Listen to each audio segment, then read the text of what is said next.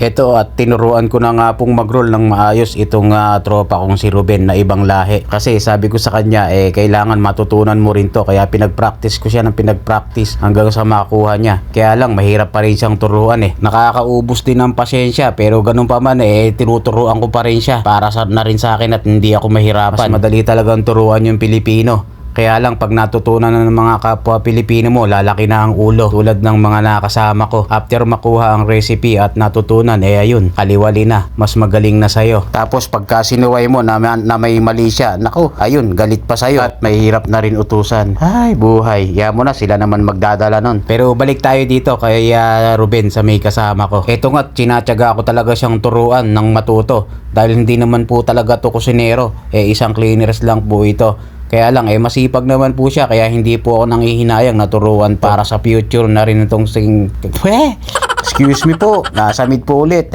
Ito palang kasama ko. Dahil nga ito, kaya ako magkatabi kami ng sangkalan kasi nga binabantayan ko yung mga roll niya dahil hindi niya pa rin ma-roll ng maayos. Kaya sabi ko, basta gagayahin mo lang yung ginagawa ko dahil nga ito para sa'yo, sabi ko nga sa kanya. Baden same me roll, okay? Watch me, baden you roll. Good, okay? Malum, mapi malum. Esyada kiyukin. Sorry po. Talagang mauubos ang pasensya mo rito sa pagtuturo sa ibang lahi. Kaya lang, no choice talaga. Ito ang binigay sa akin kasama kaya tinuturuan ko na rin para na rin sa kanya. Ay, po, anyamit din. At para na rin mabawasan ang aking trabaho. Kaya pinupus ko talaga siyang matuto. So hanggang dito na lang muna ang ating munting vlog. Hanggang sa muli again. See you and God bless everyone. Alright. Love you all. Mama. Chup chup.